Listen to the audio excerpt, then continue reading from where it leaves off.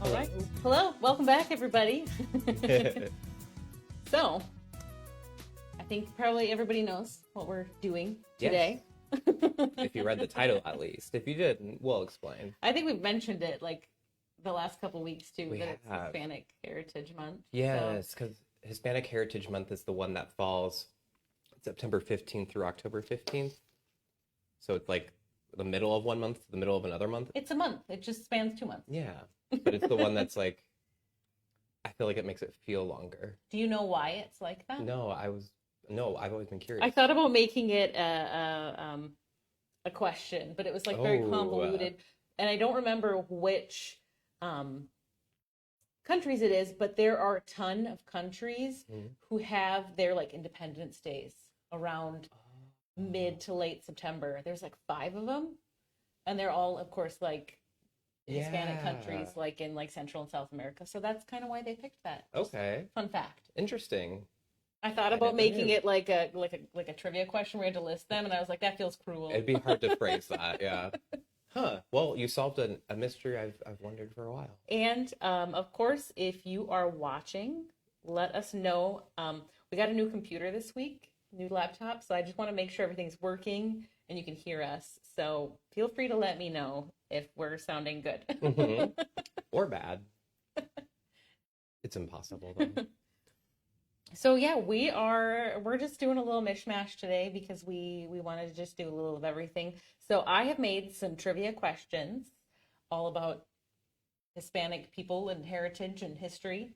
And we're also going to talk about a few books that we like by others. Yeah. So feel free to answer the trivia questions along with Michael. I made them, Please, so I can't yes. really answer them. I'm in the hot seat. Sarah's not here today, so. And yeah, and let us know if you have any favorite Hispanic authors or poets or artists or anything. Yeah. Join in. So do you want to start with the trivia? Are you ready? Yes, I'm ready. I think these are all like, none of them are like crazy hard.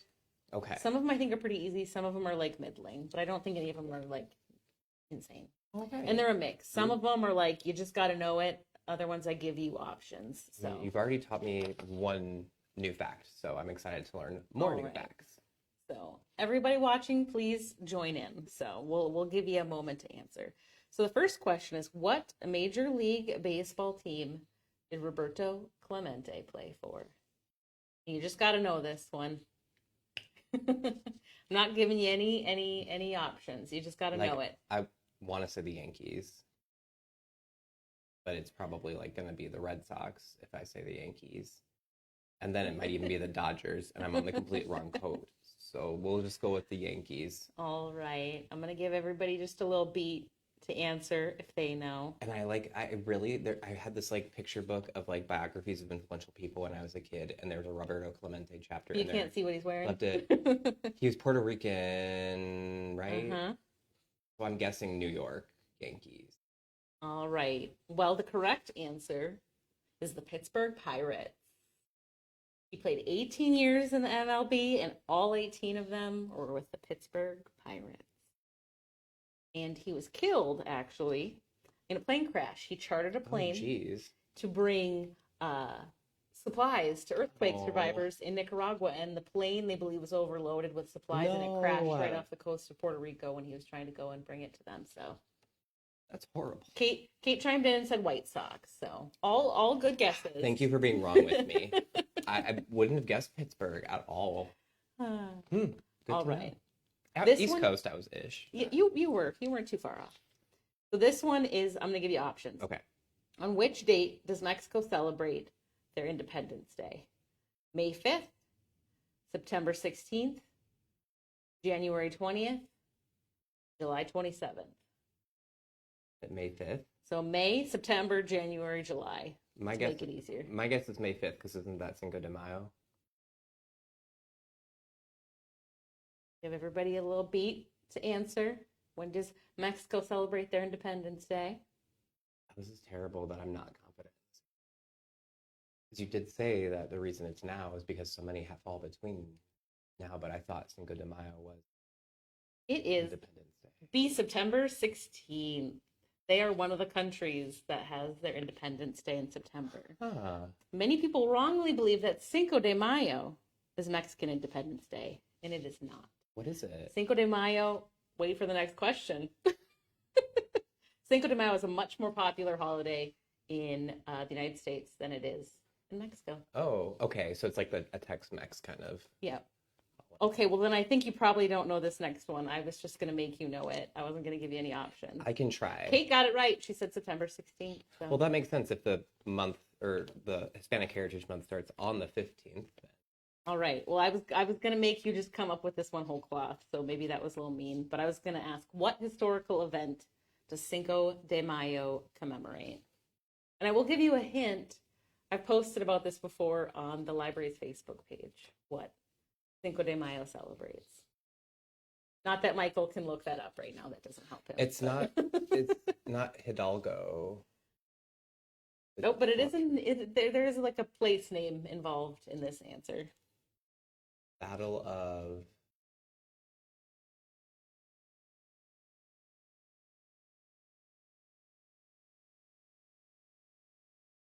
You're getting there. I'm impressed. The battle. You're working it out. The Battle of.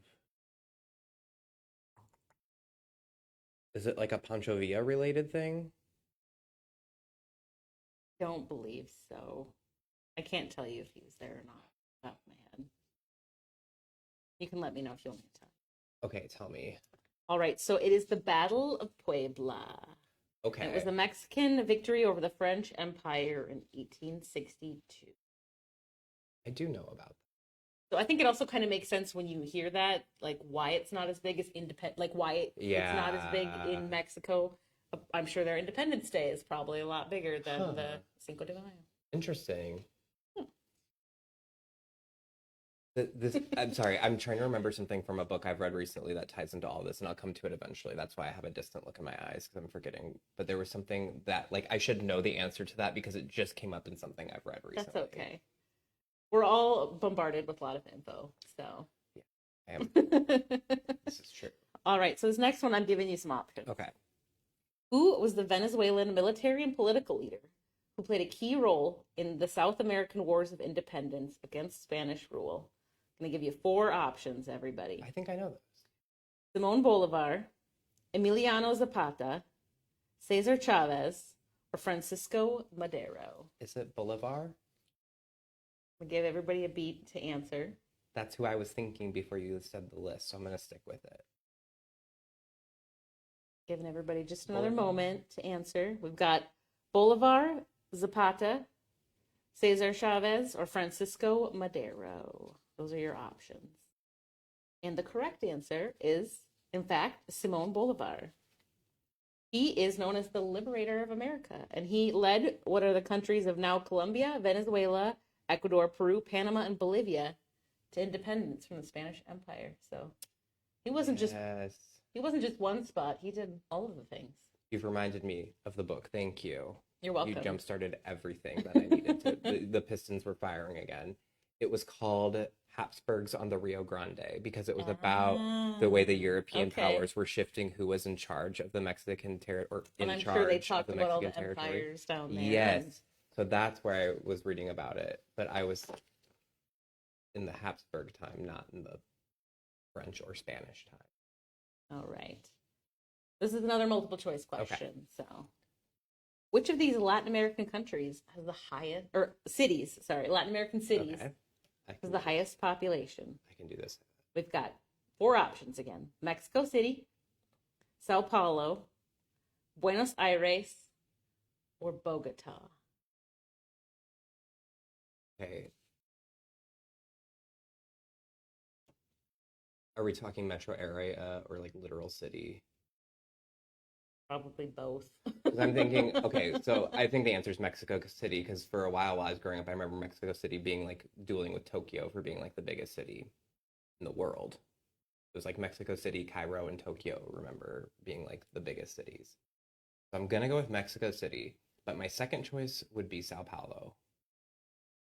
It is your second choice. Okay. Sao that makes Paulo is sense. one of the biggest Yeah. cities in the world. The city itself has 11.3 million people. Mhm. The metro area has almost 21 million. Sao Paulo is gigantic. Yeah. Like these Brazilian cities are huge. Like the concerts they have in Rio where they have audiences of over 1 million people. I can't even fathom being at a concert with 1 million other people. No, like even when it hits like thousands, I'm kind of like, whoa. Yeah, yeah. I can't imagine Yes, being I start- around a like throng of 1 million Right, I'm people. already thinking of the small towns that are smaller Mhm. than the stadium. Okay, Sao Paulo makes sense to me. All right. This is one you have to know. I have faith all of you are going to get this one though. Which U.S. state has the highest Hispanic population? Like Okay. number wise. I know I what think if you think about it, it comes to you pretty quick. You don't have to overthink this one. I'll put it that way. So I just got back from a trip to Chicago where I went to my favorite museum in the entire world. If you're ever in Chicago, you must go to the National Museum of Mexican Art. It is fantastic. And I believe one of the exhibits in there talking about this, and if I remember correctly, I think it's California. Yes. California has 15 million, well, actually just over 15 million citizens of Hispanic heritage, and they make up 39% of the population of California. For sure. Well, California was Mexico not that long Right? ago. Yeah. Very close. Right. Like geographically, so it makes sense. Right. Like Baja California is in Mexico, but still has California in the Yep. name. Like it's very intertwined. All right. So, how we doing out there? Everybody doing good? Getting some right? Yes, I feel think like we're doing good. I feel like I've improved. You're hitting your stride. So this next one is we're gonna do a literary Okay. question here, and I'm giving you some options. Okay. So, what is the name of the first Hispanic author to receive the Nobel Prize for Literature? I'm gonna give you three options. Okay. So, which one was the first one? Okay. Pablo Neruda, Gabriela Mistral, or Gabriel Garcia Marquez? I won't make you give me the year, just the name. You have So- like two I would have guessed in there. That's why I did that. I knew you were all smart, so I didn't want to make it too easy. Okay. So the options are Neruda, Gabriela Mistral, and Gabriel Garcia Marquez. It's gonna be the one that I don't think it is, I'm sure. Okay, so I'm gonna go with Neruda because I feel like during his lifetime, like I guess I should ask if it was awarded, like were they alive? I think they Think all were. so, I yeah. think they. You probably yes. do you get it? I can never say posthumously, so I've been anxious about saying that. But can you even get a Nobel Peace Prize posthumously? I have no idea. Maybe. We'll have to check into Okay, that. I'm gonna go with Pablo Neruda. My second would be Gabriel, 100 Years of Solitude guy, Garcia Marquez. The answer is the one you didn't choose, Aha. Gabriela Mistral. She was awarded it in 1945. All these three people got it. She got it in 1945, Neruda in 71, Marquez in 1982. So she beat them by a few decades. That's awesome. I'm glad. That's cool. A woman was first too. Mhm. Like the cynic inside me was thinking, oh, it probably wasn't. Honestly, that's a fair count. Yeah, I was like, oh, well, knowing how history works. All right. So we're back to some geography. Okay. This one you all have to know. Which Hispanic country is known for the ancient city of Machu Picchu? Oh, I know this. We'll give everybody a moment. Think Some- about it. Some folks from who come to the morning open book club just went here for a vacation earlier this year, so they told me all about it. I'd love to go. I like ruins, period. I haven't gotten to see any South American ones, Mhm. unfortunately. But I have seen like abandoned abbeys and churches like Oh, that in like cool. England and Scotland, and they're just, I don't know. You feel the history. I want to go to like Blood Hill Run just north of here. I think that's what it's called, but it's like indigenous mound building sites There's a lot of indigenous mounds in the Midwest. Yeah. Like when you start looking. and like near to here too. So I'd love to go check those out. All right. Well, you can answer. Okay, Peru. Yes. So Machu Picchu is believed to have been inhabited for about 100 years from the 15th to the 16th centuries. They don't really have all the details about it, but they assume it was abandoned because of, the Spanish conquest Yeah, and all that.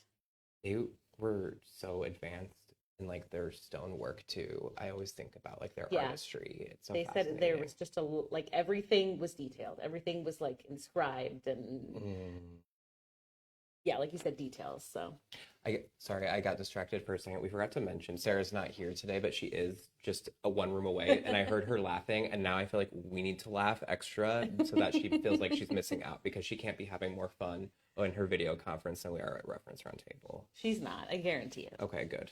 We All right. This one's a little tricky. I didn't know this one until I was researching, but I'm also not a soccer fan, and that's a hint. Oh man. Name the famous soccer player known by the nickname La Pulga or the Flea. So pulga is flea in Spanish. So the options are Pele, Cristiano Ronaldo, Diego Maradona, or Lionel Messi. Why'd you name if you had switched the third one out with David Beckham, and that's the 4 soccer players I know. That's why I picked those, because I'm like, those are kind of some of the most famous ones, like, of all time. What was the first name? Pele. I'm going to go with Pele. All right. I'm going to give everybody else the beat to get their answers in. I think Messi's coming to Chicago soon because when I was there were a lot of people who, like, I saw advertisements for it. Like, people were getting excited about it. All right. So the answer is Lionel Messi. He is known as the Flea due to his small stature and his exceptional agility. He's had the nickname since he was a child. How did they even know he's small if he's a child? Maybe he was a small child. I don't know. That one was all the internet. I did not know that. You know, so. That would have been my second guess. My second guesses have been Kate said Pele too. okay. So. I need to ignore my intuition and go with the second thought. That's the lesson I'm learning. All right. So this is another one. I'm going to give you some options. Okay. What is the current Hispanic population in the U.S.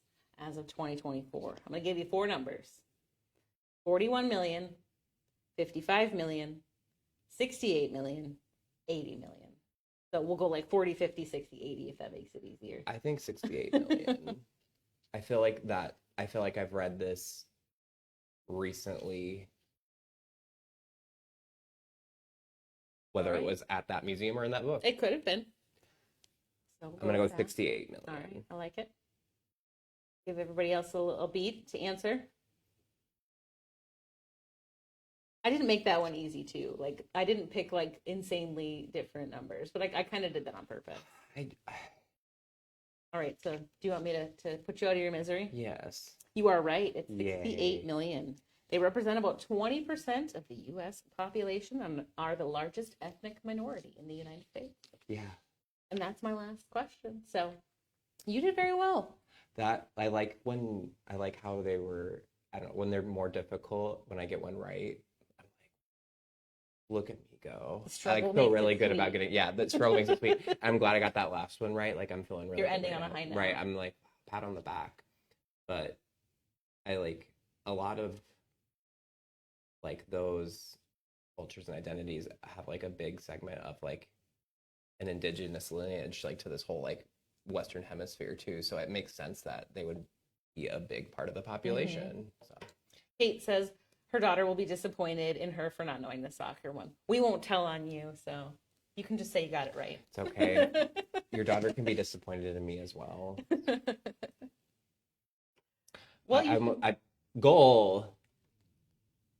I almost said bump set spike. That's volleyball. That is not the right sport. There's a net. But to shift gears, we did bring some books. Yes. By some lovely Hispanic authors. Mm-hmm. And I have to laugh because you brought a couple of kids' books that we actually talked about last week because one of them was in the book drop. That's awesome. So you can still talk about it, but we did feature it last week. So well, good. You can go ahead. Okay. Should I start with those then? Yeah. Okay. So as Lacey mentioned, while I was gone last week, I guess these came through the book drop, which makes sense because they're seasonally appropriate on 2 fronts, right? So we have an author, Flavia Drago, and she was born and raised in Mexico City. So we have, and she still lives there.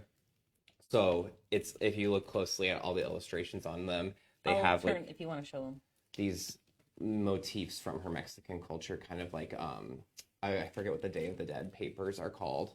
So, and I just want to say, this is the same author as the Gustavo Yes. ghost book that, well, we had last week on our book drop. So if it looks familiar. And I think all of these are in the world of Gustavo the Ghost. Gustavo is the first one. This is Layla, the Perfect Witch. And then, of course, no surprise, my favorite in the series is Vlad, the Fabulous Vampire. This is He's adorable. I love this book. It's one I wish I had had when I was a kid. And they're so brightly colored. Like, you can't even tell how day glow this is over the camera just because it doesn't translate. But I love these book series of picture books. So I think there's these two, Gustavo the Ghost, and then I think the newest is a Chupacabra. Nice. So also fitting for Hispanic Heritage Month. And very appropriate, like, for Halloween. Yes, like if you're looking for like a happy Halloween read, these are definitely not spooky. I would suggest these to you. And these are ones like I like to give this one as a gift. Why don't you just do other ones? I picked like very like classic-y ones, so I feel like Sure. This one, it's the same book, but I wanted to show, oftentimes, Lacey, you order for our World Languages collection, and so Lacey will order a copy in Spanish as well as, we have the copy in English as well.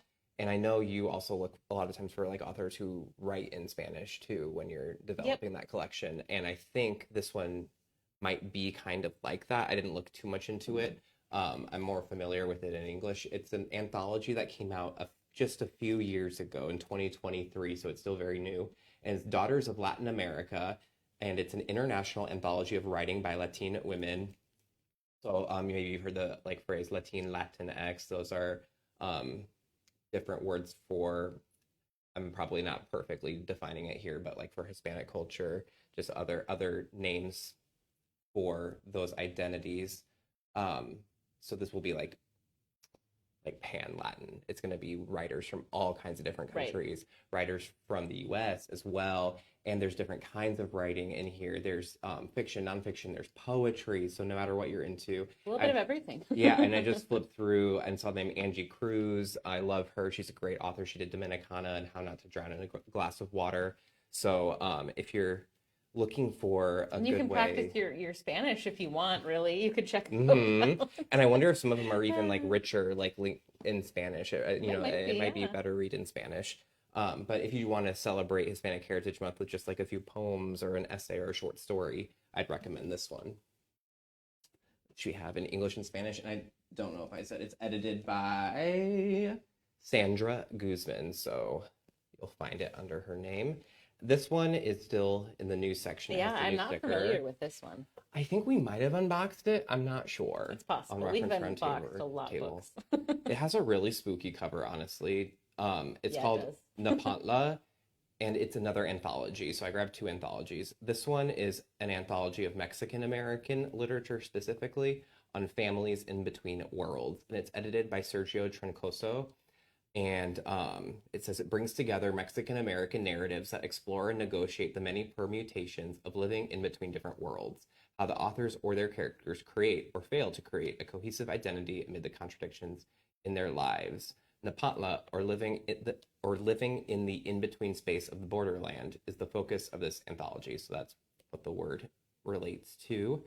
So it's essays, poems, short stories once again, but this is going to be specifically about like Mexican-American life. So more in the States than perhaps that last anthology I showed you. But I think anthologies are a really great way if you're trying to like sample writing from a culture. Oftentimes, and you might end up finding an author you like. Yes.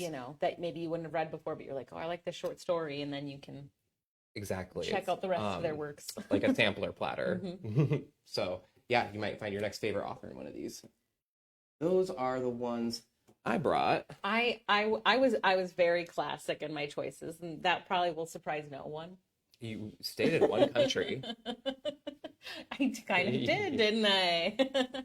All right, so I had to bring this. I don't know. I felt like I couldn't not. You have to. I have to. So this is Neruda, selected poems. It's obviously a bunch of selected poems from Pablo Neruda from Chile. And I just love him. I love his love poems. I love his poems about places and things. And I didn't actually know this when I grabbed it. I just went up and grabbed it from our poetry section. But it does have both English and Spanish versions. So again, it's kind of neat to see how he wrote it and then obviously read the translation so you can know what he said. But I just think that's really cool. And I always appreciate when they do that, especially with poetry. Yes. It's just next to each other. I mean, you have it open to one page and you can see them both at the same time. So When it's like that, I try to read it in the other language too to see how it sounds. Obviously, my pronunciation is going to be all over the place, but I still try. I don't know. I like poetry a lot. He's not the only one that I read, of course, but I don't know. He just has a way of like capturing like emotions in such a deep way, but sometimes unexpected. Like, I don't know. Like, you know, he doesn't just say things like, "Oh, I really love you." Right. You know, it's just the way he says "I love you," but like he all these words, I don't know. Like a His poet. love poems are just like wow. Yeah, They're wow. If you're looking for a love poem to give your beloved, he's a good one. We have a hot pink book called 100 Sonnets, 100 Love Sonnets by him, I think. Yeah, he also has is it like 20 sonetos en un canción? It's 20 love sonnets and a song of despair, or whatever is the title of it. And yeah. Well, he won the Nobel Prize for a reason. He did. And as you said, I definitely didn't intend this, but I have stayed kind of in Chile. Although I think she's moved around a bit. Like her family wasn't in Chile when she was born. She is Chilean. Anyway, I picked Isabel Allende. I actually haven't read this one of hers. It's her newest one. It actually came out earlier this year. It's called My Name is Amelia del Valle, and it's a historical fiction. I was reading a little bit about it, about a woman it's in the 1860s. She wants to be a writer, but obviously, like, they're not big on lady writers. So she starts writing pulp fiction using a man's name, and then she wants to get into journalism, and it's kind of about her life and everything. So that's a novel by Isabel Allende. And she actually her family has connections to Neruda, which, again, I didn't really intend. Yeah. But she's like I believe the niece of Salvador Allende, and Salvador Allende was a very good friend of Pablo Neruda, deposed, all that. I mean, you can look into the history of Chile, but honestly, you can like start telling the history of Chile with these two books. That's cool. But she's just a fantastic writer. I mean, she just really, I think, does such a good job of just like, I don't know. She's literary, but very readable. Yes. Yeah. She's accessible. People read her books for fun. And all of her books are like different, but they all kind of like, I don't know, they have her touch. Like you can tell, like this is an Isabel Allende book. You know who she kind of reminds me of in that way is Louise Erdrich. Yes, definitely like, that. All their books are so different. Yep.